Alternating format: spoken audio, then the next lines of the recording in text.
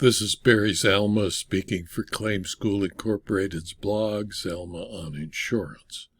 Today we're going to speak about why telling the truth can never be defamatory, and why after a healthcare provider's entity's management was arrested for fraud reporting suspicion to beneficiaries is not in itself a defamatory act, and why it was absolute chutzpah, unmitigated gall, to charge defamation against an entity that made what everyone knew was a true statement.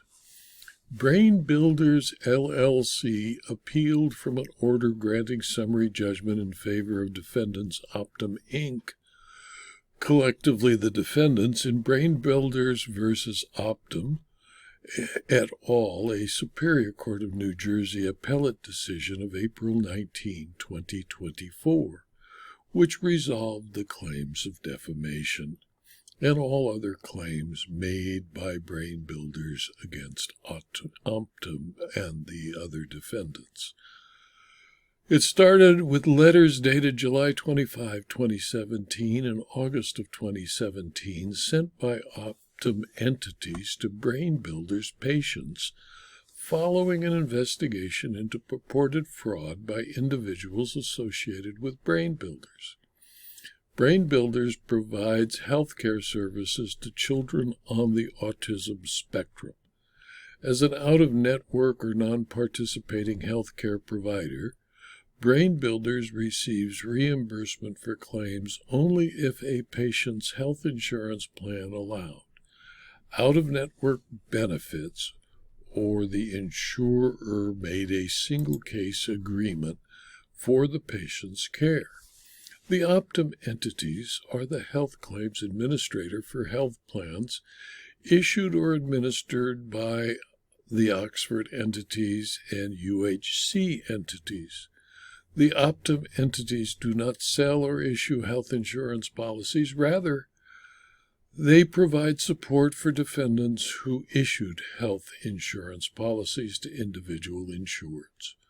The Optum entities also evaluate insurance claims submitted by providers to its affiliated insurers, including Brain Builders. The Optum entities often investigate whether a provider has requested reimbursement beyond the provider's entitlement, such as by misrepresenting or inflating the services provided. In June of 2017, 4 individuals related to the management of Brain Builders were arrested and charged with conspiracy to defraud Medicaid. A criminal complaint alleging misappropriation of funds was filed against several individuals affiliated with Brain Builders. The arrests were reported in the news media, and the Optum entities learned of the arrests on July 14, 2017. Subsequent to the Optum entities, thereafter sent letters to Brain Builders patients insured by Oxford and UHC. These July 2017 letters explained the Optum entities were suspending payment for services provided by Brain Builders due to potential insurance fraud and other violations of state and federal law. Brain Builders sued the defendants, asserting the following causes of action: 1, conspiracy; 2, tortious interference with business relationships; 3, tortious interference with prospective economic advantage; 4, negligence, trade libel; 5, defamation, libel, and slander; 6, unjust enrichment; and 7, quantum meruit. Brain Builders allege the statements in the July and August 2017 letters were false and defamatory. Defendants moved for summary judgment, and the motion judge granted defendants' motion and dismissed Brain Builders' claims with prejudice. Further, around the same time period, the judge noted The Optum entities separately uncovered evidence suggesting Brain Builders was engaged in fraud, waste, or abuse. Thus, the judge concluded, when read with context, no reasonable person could interpret the July or August 2017 letters as fallacious or injurious. New Jersey laws of defamation is grounded on the principle that people should be free to enjoy their reputations unimpaired by false and defamatory attacks. To prevail, however, on a defamation claim, a party must demonstrate 1. The assertion of a false and defamatory statement concerning another, 2. The unprivileged publication of that statement to a third party, and 3. Fault amounting at least to negligence by the publisher. Our courts have stated that true statements are absolutely protected under the First Amendment from liability for defamation. The allegedly defamatory statements in the July and August letters related to Brain Builders' potential fraud, potential violation of state and federal law, and concerns for quality of care or member safety. It is uncontroverted that several of Brain Builders' officers were arrested for conspiracy to defraud Medicaid in association with income they received from Brain Builders. These individuals were arrested because they potentially committed fraud.